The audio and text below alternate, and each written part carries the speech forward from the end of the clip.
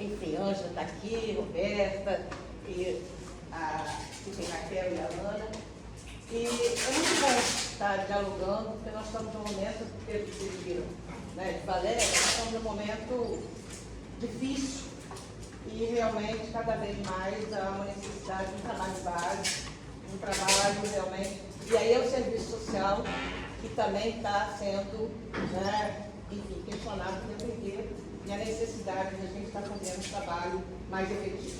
Eu tinha pensado, e aí Valéria já colocou várias coisas, algumas coisas eu vou passar, né, quer dizer, realmente começar a discussão da política de saúde, eu vou fazer uma síntese da síntese, depois fazer uma discussão, né, da privatização dos anos 2000, que Valéria já colocou, e entrar um pouco do serviço social, porque eu vejo que a gente também tem tido ameaças. Eu não pactuo, né, da proposta que José Paulo e Marcelo colocaram que o serviço social estava em crise, mas eu acho que nós estamos ameaçados. E aí a gente não pode negar essas ameaças e como que romper, né, essas ameaças aí no serviço social como um todo, no serviço da saúde. E na saúde, né, e serviço social também. E aí as lutas, que eu acho que são formas da gente estar efetivamente, né, enfrentando coletivamente, e eu acho que tem uma ponte aí para fazer assessoria de serviço social nas lutas, que eu acho que são fundamentais. Então, passando rapidamente, Valéria já colocou, né, que a gente coloca, né, quer dizer, no governo Bolsonaro, que haviam 4 projetos em estudo, né, quer dizer, o projeto da reforma sanitária original, que veio, né, dos anos 80 e que foi realmente muito, né, flexibilizado nesse processo a partir dos anos 2000. A gente não conseguiu, e aí, infelizmente, nós não conseguimos viabilizar o projeto da reforma sanitária. O que foi implementado foi o SUS, e eu concordo com o Valéria, quer dizer, é uma vitória, mas é uma vitória parcial, que a vitória mesmo nossa seria de um projeto de reforma sanitária e o SUS integrado nesse projeto de reforma sanitária, mas é uma reforma sanitária muito mais ampla do que o SUS, não se restringe à saúde, mas se restringe, quer dizer, amplia a todas as áreas das políticas sociais e com a perspectiva de um novo projeto societário. Eu acho que é. Então, realmente, nós já tivemos, né, nesse processo, e, consequentemente, nos governos do PT, eles colocam que vão voltar à reforma sanitária, mas só que não voltar em todas as perspectivas.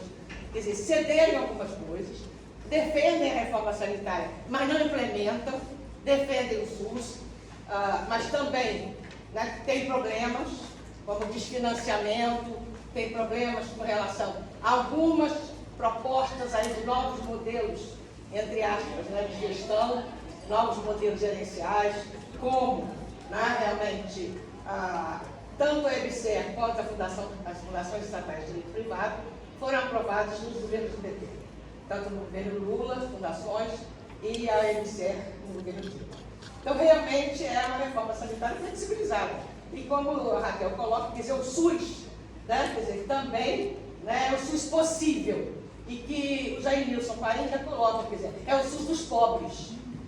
Não é o SUS real, nem o SUS constitucional está colocado, ainda mais o SUS defendido pela reforma sanitária. Como Valéria colocou mesmo, né, quer dizer, realmente no projeto, né, da reforma sanitária colocava a questão da estatização progressiva. Ou seja, previa-se a estatização. O setor privado complementar não prevê o final da privatização, não prevê a estatização. Então é diferente. Então acho que é importante, né, da gente frisar que nós estamos num momento difícil, que aí realmente, a partir de Temer e Bolsonaro, consolida-se um outro projeto, e é realmente, não é só subfinanciamento, mas é o desfinanciamento da saúde. Consequentemente, há toda uma, quando a gente coloca o SUS submetido ao mercado, eles não falam que vão acabar com o SUS, não. Eles querem o recurso do SUS. Mas o que eles colocam é realmente a submissão total do SUS ao mercado. E não é por acaso que você tem toda essa articulação da direita e da extrema-direita nessa perspectiva, como Valéria colocou. Então, eu acho que a gente não pode falar hoje ainda, acho que a gente não tem condição, mas pode-se supor que estava previsto no governo do PT voltar novamente à reforma sanitária flexibilizada. Mas a gente, eu estou com muito medo. Nós estamos no primeiro governo, primeiro ano de governo. Então, realmente, se nós não reagirmos, eu acho que aí os movimentos sociais têm que estar reagindo, não é contrário ao governo, mas é a favor das propostas que são nossas. Eu acho que não dá mais, eu estava até defendendo há um tempo atrás, a gente não ir para as ruas. Eu acho que agora a gente tem que ir para as ruas, sim, junto com os movimentos sociais, junto com, realmente, né, com os movimentos que estão já sendo pressionados. Quer dizer, o movimento indígena pelo marco temporal. Nós temos que ir para, quer dizer, a favor da Palestina. Então, temos que estar efetivamente junto com os movimentos sociais nessa luta. E junto para maior financiamento, realmente para não, né, conseguir realmente acabar com, né, todas as propostas de financiamento que a gente colocou com muita luta. Nós nunca conseguimos utilizar os 15%, nem os 10% da saúde. Nós sempre utilizamos 4%, 5% no máximo, e desses 4% e 5%, 3% do setor privado. Nós ficamos com menos da metade da saúde pública estatal. E agora a gente também não pode falar só público, né? Tem que ser público estatal, porque realmente Brescia Pereira fez a confusão na cabeça da gente, que aí realmente não é na defesa do público estatal. Ou seja, então a gente tem que defender da defesa do público, né? Quer dizer, as organizações sociais foram defendidas como públicas, e aí você tem que colocar público estatal, como falou Valéria, realmente. A gente tem perspectiva de mudar o Estado. O privado a gente não tem perspectiva de mudar. A gente sabe que no que estamos vivendo nesta conjuntura, né, com a crise capitalista, mas com realmente a ampliação dos monopólios, a ampliação da extrema-direita, quer dizer, a gente não vai conseguir controlar o setor privado. O Estado tem disputa ainda. Então, realmente é muito mais fácil hoje nós trabalharmos, né, com uma certa autonomia dentro do Estado do que fora do Estado. Realmente, fora do Estado, em termos do mercado. Não fora do Estado, em termos de pressionar. Eu acho que é fundamental que a gente pressione. Voltando, então, pode passar. Aqui, Valéria colocou a questão da privatização. A gente, só para afirmar, a gente coloca que tem 3 grandes avanços a partir de 2000 na privatização da saúde, que é, né, a consolidação do grande capital na área de serviços de saúde e sua vinculação a empresas de serviços de seguros de saúde. Então você está vendo, a gente tem visto, as várias empresas de seguros de saúde sendo multinacionais. Então é um avanço aí do capital. Uma outra, o apoio do Estado à ampliação do livre mercado na saúde. Valéria já colocou o problema aí de isenção de impostos. Grandes hospitais colocados aí como filantrópicos, e, consequentemente, né, dos grupos farmacêuticos. Essa foi uma perda que nós tivemos na Constituição. Quer dizer, o movimento de reforma sanitária defendia realmente a nacionalização, a estatização da indústria farmacêutica. E esse nós perdemos. Realmente não se conseguiu, no processo constituinte, defender no relatório da reforma sanitária que está colocado, mas aí, naquele momento, a indústria farmacêutica, nós não tínhamos nem recurso para a indústria farmacêutica nacional, então nós não conseguimos dar conta dessa questão. E por último, né, a terceirização e concessão de serviços estatais a empresas privadas lucrativas e não lucrativas, que são aí, os novos modelos de gestão, entre aspas, né, que não são novos, reativação, voltar, né, realmente a relação público-privada, que nós já tínhamos desde a ditadura do grande capital, que realmente, né, quer dizer, e retoma-se em 90, depois retomamos mais efetivamente em 2016, a partir de 2016, e a gente então tem que realmente, e essa ameaça a gente quer dizer, a gente tem que lutar muito, porque a proposta da EBSER, a proposta de fundações, elas estão colocadas. Por exemplo, agora, o Rio de Janeiro é um modelo da privatização, das privatizações, da privatização da saúde em particular. Nós temos toda a saúde municipal realmente privatizada, com esses. A saúde estadual está metade e metade. Quer dizer, metade não. Tem mais fundação, ou seja, houve uma mudança de OS para a fundação. Por quê? Porque houve uma denúncia das OS, porque tem governador preso, tem secretário de saúde preso. Aí mudaram para a fundação, não para a gestão direta. Então, também para o modelo privatizado. E a única resistência no Rio de Janeiro hoje é a rede federal, que são os hospitais, né, que vêm dos antigos IAPs, os hospitais federais, os grandes hospitais, Bom Sucesso, Andaraí, Lagoa, Ipanema, 6 hospitais federais e 3 institutos, o INCA, o de cardiologia e o de ortopedia. Então, consequentemente, essa rede está completamente sucateada. O último levantamento que nós fizemos tem uma defasagem de 15 mil profissionais. Ou seja, vários serviços realmente não funcionando, fechados, vários leitos hospitalares fechados, que é o argumento que eles fazem para privatizar. Ou seja, não está funcionando, tem leito, né, que está desativado, então privatizando a gente vai ampliar e não vai ampliar, porque realmente, desde as OS, a contratação não é mais, né, pelo servidor público, pelo regime RJU, mas a contratação é por CLT, que a perspectiva de demissão ela é muito maior, porque você não tem direito de se defender, e, consequentemente, nós não vamos conseguir realmente voltar, né, à perspectiva aí, de concurso público, porque os concursos são seleção pública e nós não temos concurso no Rio de Janeiro para a rede federal desde 2010. Então é um absurdo. Por isso falou com o Maria, defasaram de 15 mil trabalhadores, são todos precarizados, de ano em ano. Então, eles estão acabando com a rede federal. E aí a perspectiva da EBSER no Hospital do Processo.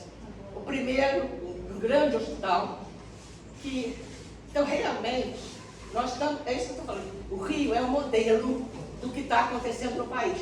Então, enquanto, né, quer dizer, lá em Alagoas, tem a tentativa de ampliar a privatização na assistência, né, na atenção básica. No Rio já foi atenção básica. E eu fico pensando assim, gente, quando eu comecei a luta, né, na época da reforma sanitária, ninguém queria atenção básica, porque a atenção básica não dava luta. Hoje não. A lei, né, quer dizer, o pessoal só queria média e alta complexidade. Hoje não. Então eles querem privatizar também a atenção básica. Então nós estamos nesse momento. Governo Bolsonaro eu não vou falar. Enfim, eu acho que a gente já fez a crítica, governo ultramento liberal, tempo de obscurantismo, tragédia aí da fome, do desemprego. Mas é bom ampliar, pensar e dá para a gente não esquecer. Porque não dá para a gente voltar a isso. Então tem que estar, né, realmente impulsionada para lutar. Impulsionada para quê? Para resistir e realmente defender as nossas propostas. Acho que essa é uma questão central. Então, aí, realmente, na política de saúde, só do governo Bolsonaro, eu vou colocar a questão do desfinanciamento da saúde, né? Não é mais nem subfinanciamento, medidas contrárias aos conselhos e à participação popular. Então, só não foram extintos os conselhos que realmente não tinham lei, por isso que o Conselho de Saúde conseguiu resistir, por isso que o Conselho de Assistência conseguiu resistir. Mas, realmente, nós não tivemos nenhum recurso. Quer dizer, a conferência que teve a 2000 e...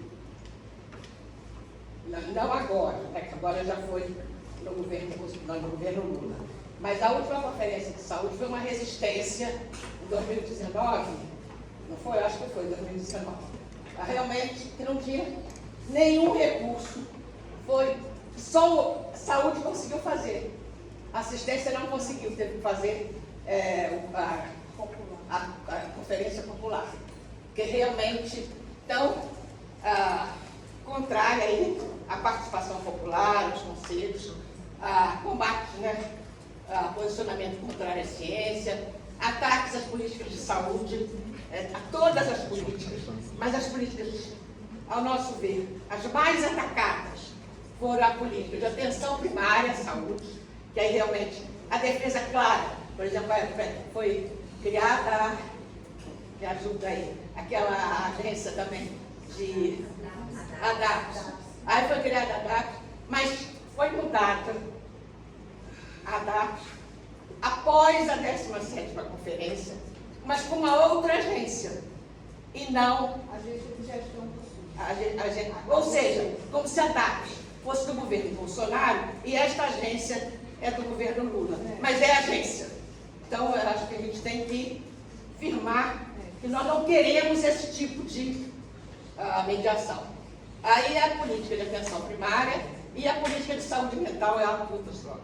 Essa realmente é todas as pequenas, eu acho, que nós conseguimos de vitória com relação à política de saúde mental, que eu acho que realmente foi mais tardia, consequentemente teve mais pressão a partir dos anos 90. Se perde, se coloca, né, quer dizer, não tem nenhum recurso para cá, para ampliação realmente de todas as propostas de território, propostas aí de um trabalho de base, de um trabalho realmente de articulação. Enfim, então essas duas políticas, a meu ver, foram totalmente destruídas. A concepção, né, da atenção primária e a concepção realmente da perspectiva aí de diálogo com outras drogas e da saúde mental. Ou seja, nós temos que... E aí essa conferência agora, a quinta conferência, eu acho que vai ser realmente também outro embate para nós, né? Porque já foi na 17ª, a gente levou muito susto quando a gente viu propostas em todos os grupos de privatização da saúde. Aí nós fomos ver a origem. Falei, não, gente, não é possível. Para vir para a conferência, ao menos se mascara, né, um pouco. Porque realmente a gente tem uma dificuldade, os conselhos, e a gente faz uma crítica, né, aos conselhos, embora a gente tenha que ocupá-los, mas aí a gente viu que foi uma conferência livre do setor privado e realmente essas propostas vieram. E agora deve ter tido, eu tentei procurar, mas não vi, da conferência livre do pessoal da saúde mental. E realmente eu não vi, não consegui dar conta. Mas deve ter, da comunidade terapêutica. Vamos ter diálogo com outras drogas, comunidade terapêutica. A gente não conseguiu acompanhar, porque aí, tem horas que é tanta informação, você não consegue dar conta dessa dinâmica. Mas nós vamos para a saúde mental também para resistir um pouco, né? Não dá para não resistir. E ações aí de fortalecimento do setor privado, como Valéria já colocou, pode passar. A governo Lula, eu acho que Valéria já colocou algumas questões. A gente tem que ampliar esse debate, tem que ampliar as resistências, tem que ter muito cuidado na resistência, né, para não dizer que nós estamos querendo voltar ao Bolsonaro. Não, nós estamos contra. É identificar isso com o Bolsonaro, é identificar isso com a direita, com a extrema-direita, para realmente a gente conseguir avançar. Senão, realmente, você fortalece Bolsonaro. Nós estamos numa situação muito difícil. Nós não podemos fortalecer, né, a extrema-direita. Nós temos que combater. E como combatê-lo? Porque a gente vai ter que pensar muito. Porque não dá para questionar somente. Tem um trabalho de base. E, infelizmente, nós não temos hoje, eu sinto falta da teologia da libertação, da igreja progressista, que realmente fazia o movimento de base. E eu acho que todos nós, antigos, aprendemos aí. E hoje não temos. E aí é muito difícil. A gente tem que outros, né, quer dizer, companheiros, que outras, a gente vai ter que articulação com outros movimentos. É um movimento sem terra, é um movimento, né, sem teto, ou seja, temos que rearticular. Tem ainda companheiros nossos da igreja de esquerda, em menor número. Por exemplo, eu fiquei muito triste na semana passada, porque D. Mauro Morelli faleceu. D. Mauro Morelli era resistência na Baixada Fluminense. Só que ele não conseguiu formar quadros. Por exemplo, eu fiz um trabalho lá, nós fizemos um trabalho na Baixada de assessoria aos movimentos sociais de 3 municípios. Caxias, São João e Nova Iguaçu. Herança de quem? Quer dizer, a pedido até de quem? D. Mauro, na época de Collor, que ele estava junto com o Betinho, na ação da cidadania contra a fome, e eles foram muito felizes de pressionar o reitor da universidade, da UFRJ, porque a maior universidade não tinha um trabalho efetivo na ação da cidadania, numa perspectiva educativa, numa outra perspectiva não assistencialista. E aí teria que ter um projeto de extensão. E aí cai aonde? Cai no serviço social. Né? Aí não tem jeito, porque na hora H, o reitor não sabe fazer, o decano do CFCH não sabe fazer, aí vai lá para o serviço social. E aí foi muito bom, porque realmente nós conseguimos fazer uma articulação com movimentos sociais, porque nós não íamos fazer um projeto de extensão sem ouvir de cima para baixo. Né? Nós temos que ouvir os movimentos sociais, quais as perspectivas dos movimentos sociais, o que eles queriam, o que eles poderiam trabalharmos juntos. E conseguimos também na universidade a articulação com algumas unidades, ainda muito pequenas. Engraçado, a gente não conseguiu faculdade de medicina, consegue enfermagem, consegue saúde coletiva, mas não consegue a medicina, não consegue a psicologia. Aí a gente conseguiu a economia, a comunicação, o IPUR, planejamento urbano, que é mais, enfim, mas mesmo assim foi bom. E foi excelente, quer dizer, o apoio que nós tivemos da Mauro. D. Adriano Hipólito, que era o bispo de Nova Iguaçu, já tinha se afastado, então a gente não teve, só teve. Agora, eu fiquei muito triste, porque mesmo naquele momento, ainda não conseguiu fazer quadros. Então, era muito pouca o potencial da Igreja Progressista, da Igreja Teológica da Libertação, no momento que nós estávamos. Isso aí foi em 93, 94, até o Fernando Henrique. O Fernando Henrique acabou com a ação da cidadania para colocar a Dona Ruth Cardoso. Eu acho que isso é bom lembrar. A gente só conseguiu fazer isso também, e esse movimento da ação da cidadania, porque foi por conta do impeachment e das questões.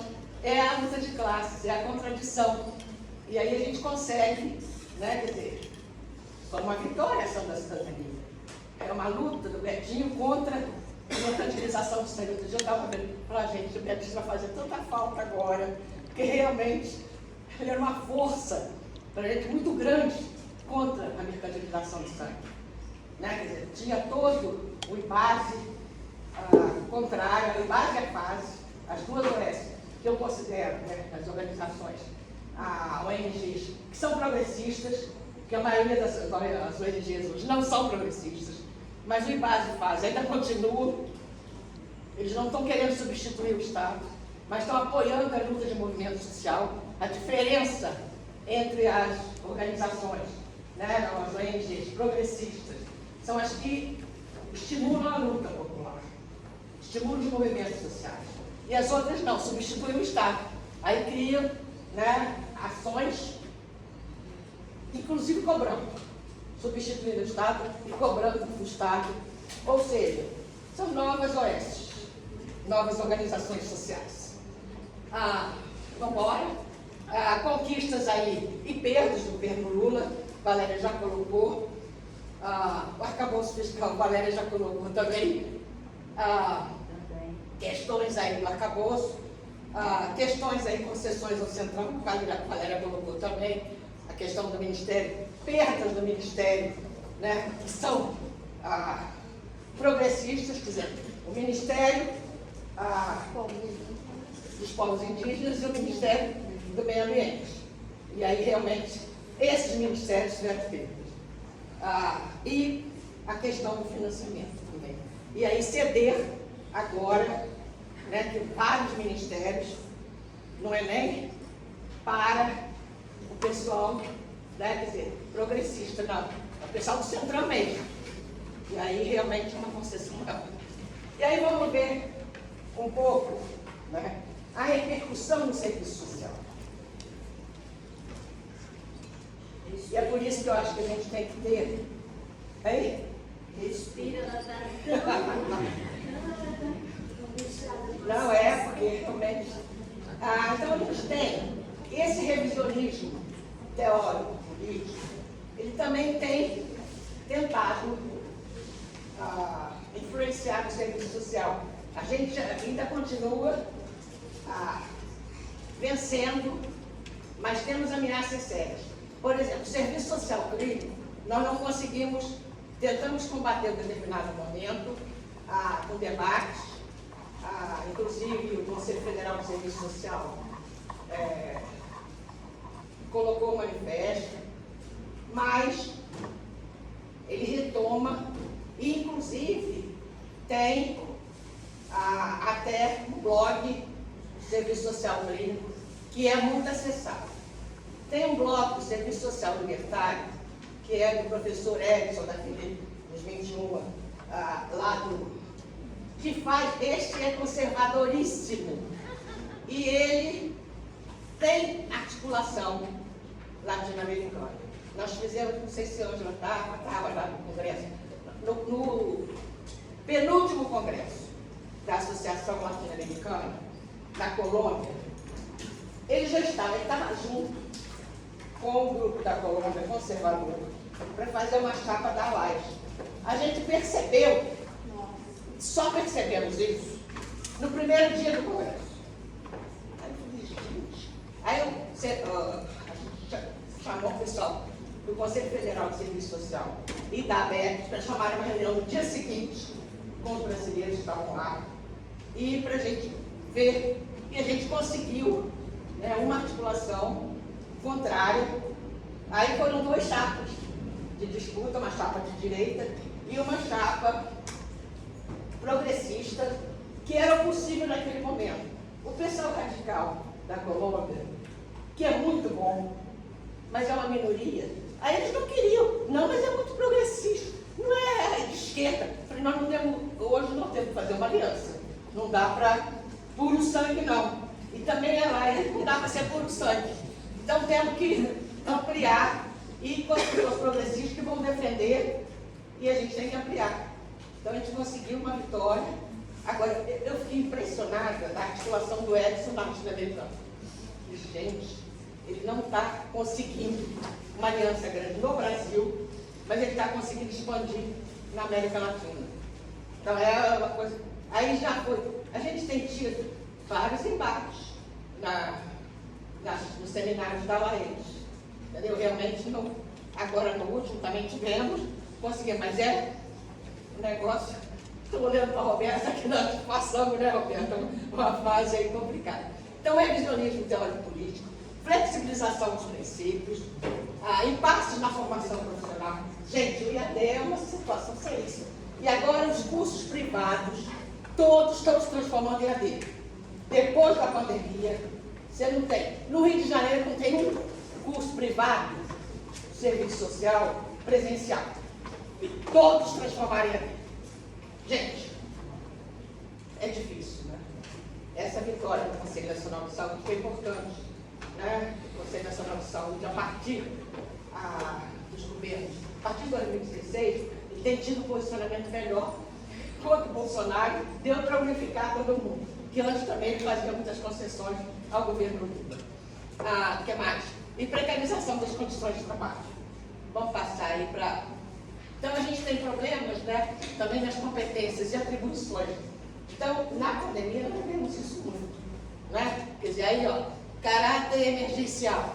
Então, do serviço social ficar com caráter emergencial, a seleção socioeconômica, aconselhamento, atividades burocráticas, gerenciamento das unidades na busca de racionalização dos gastos, atuação nos planos de saúde, redução de tensão, apassivamento. Ou seja, na pandemia, nós tivemos essas ameaças todas.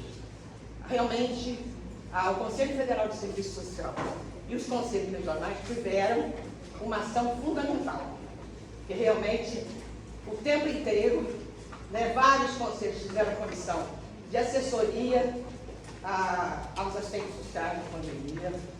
Ou seja, se nós não tivéssemos as entidades, e aí que eu vejo que muito do nosso avanço do serviço social brasileiro se deve às entidades da categoria. Porque aqui nós não tivemos, por exemplo, na América Latina, a gente vê que quando havia oposição, aí as entidades criavam uma outra entidade. Aí você fragiliza. Aqui nós brigamos por dentro. Nós brigamos na AMEPS, nós brigamos no Cefas, CRAS, nós brigamos na ENES, os estudantes. Então, nós não criamos outra entidade. Ao contrário, nós conseguimos vencer as entidades, que foi difícil.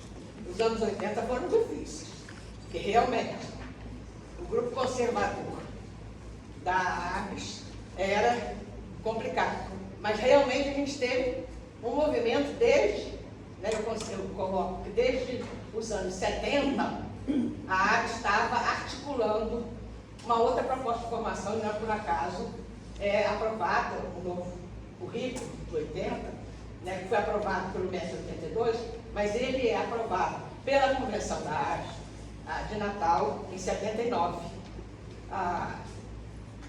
articulado um pouco ao Congresso da Virada. O Congresso da Virada teve maior visibilidade, mas foi articulado, ou seja, não acontece por acaso. E também tivemos o respaldo e o apoio, né, realmente do CELAS. E aí no CELAS de Leila Lima Santos. Eu acho que realmente a gente tem que, né, a gente teve essa, porque o CELAS fez 2 encontros nacionais bancando. Teve um encontro no Rio de Janeiro, em Santa Teresa, preparatório do Congresso, e teve os encontros aí das entidades sindicais, também bancados pelo CELAS. Então, o Congresso da Virada não acontece por acaso. Ele vem de um movimento de luta dos anos 70, principalmente da ABS e do Cefas. Estou colocando ABS porque era o nome ABS à época e Cefas que era o nome à época. A resistência no Conselho, né, Federal, ela já vem nos anos 80. Então, a gente consegue assumir alguns conselhos regionais na eleição de 80 e vai conseguir a eleição do Conselho Federal. E aí, agora eu acho que a gente concorda, porque tem algumas pessoas que colocam, alguns estudiosos, que colocam a resistência do Conselho Federal só foi nos anos 90. Eu discordo. Por quê? Eu e o grupo, né, discordamos, porque a gestão do Cefas, eleita em 83, ela conseguiu o quê? Um novo código de ética e eleições diretas, que a eleição do Cefas era indireta, ou seja, os CREs é que elegiam. Então, por isso, nós tivemos que fazer um movimento inverso. Primeiro ocupar os CREs, para depois ocupar o Cefas. Senão... E essa chapa, né, ela conseguiu fazer eleição direta. Então, eu acho que 2 avanços, com todo o questionamento que se tem, né, ao Código de Ética de 83, 86, desculpa, realmente ele é o primeiro que coloca compromisso de serviço social com a classe trabalhadora. E aí vai romper com a perspectiva. É claro que o Código de Ética de 93 vai sedimentar, dar mais densidade, enfim, mas é continuidade, não é início do processo. A gente esquece muito as lutas de 80 e vai só para os anos 90. Eu acho que também a gente tem erro nisso. O povo que participou dessa luta era tanta confusão que a gente não conseguiu escrever. Aí tem que conseguir formar quadro para escrever, para a gente poder avançar. Que é, aqui eu já falei, não é isso? A possibilidade de ação dos assistentes sociais. Essa é uma luta do CEFES já, de criar, de discutir parâmetros de atuação do serviço social. A gente tem parâmetros de atuação para assistência. Aí, em 2009, aí perguntaram, né, que a necessidade de fazer para a saúde. Aí a gente foi chamada também para assessoria e foi muito bom, porque realmente a gente tem, eu acho, os parâmetros de atuação do serviço social na saúde. De 2010, eles ainda estão atuais. Eu acho que a gente precisa fazer uma revisão, mas eles já estão atuais. E nós aproveitamos, né, Roberto? Isso aí a gente fez aqueles seminários no Brasil inteiro sobre serviço social na saúde, para que a gente pudesse ter maior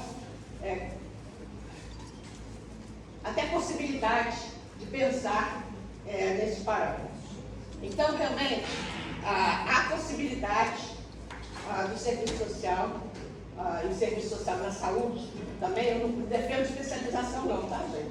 Eu defendo serviço social generalista. Aqui foi a saúde, mas pode ser as outras áreas também, tá? Então, por exemplo, a discussão da consciência sanitária, que já se colocava lá na reforma sanitária italiana do Berlinguer. Eu acho que a gente tem uma possibilidade.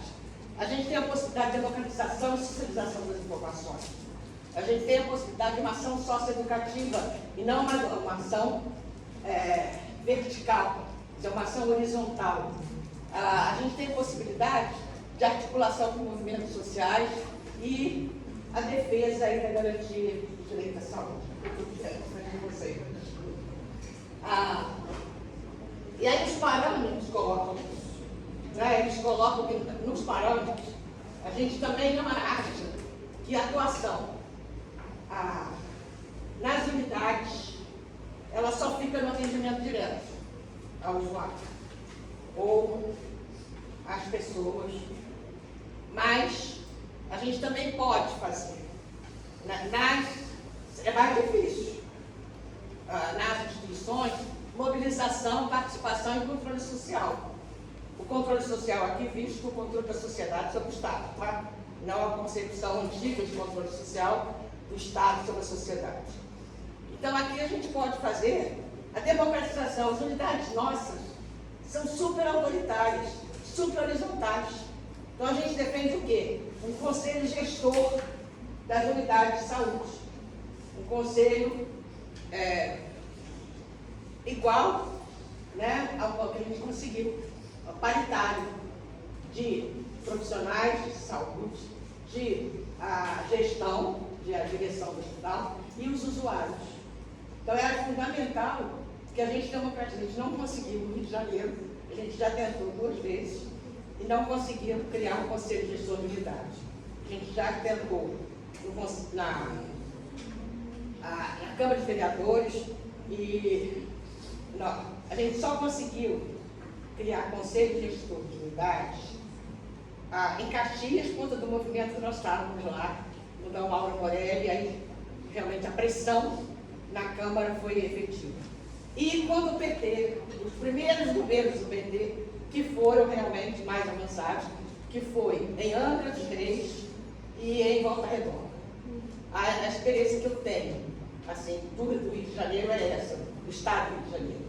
Eu realmente não vi ainda esses conselhos gestores de unidade em outros estados, que a gente precisa ver se teve e acompanhar um pouco como é que foi. Mas essa eu acho que é uma luta que a gente tem que ter. Eu vejo que é de entrar. Por que na saúde só ocupam, né, como é que se diz? Os espaços aí, os centros de saúde, centro de. Como é que era? Não, na unidade de saúde. Dentro dos hospitais, tem o centro de estudos. Você acha que é centro de estudos, tem outro nome. Aí, só os médicos é que ocupam esse espaço para discussão de caso clínico. Eu acho que a gente tem que ocupar. Discussão de caso clínico não é só médico. Nós temos que discutir o que é a questão social. A gente tem que abrir esse... Nós conseguimos fazer isso lá no Rio, uma época, na época da greve da saúde, de abrir realmente centro de estudos para discutir a greve. Por que a greve? Porque como é que você vai fazer? Você vai fechar um hospital, realmente não fecha totalmente, mas você tem que explicar para a população, discutir para a população por que a gente está fazendo greve. E aí não. Então realmente é ocupar aonde? Tem um local nas unidades de saúde que é o centro de estudo, que não é ocupado por nós. É muito pouco ocupado por nós. Então acho que a gente tem que estar, né, nessas ampliações. Por exemplo, investigação, planejamento e gestão.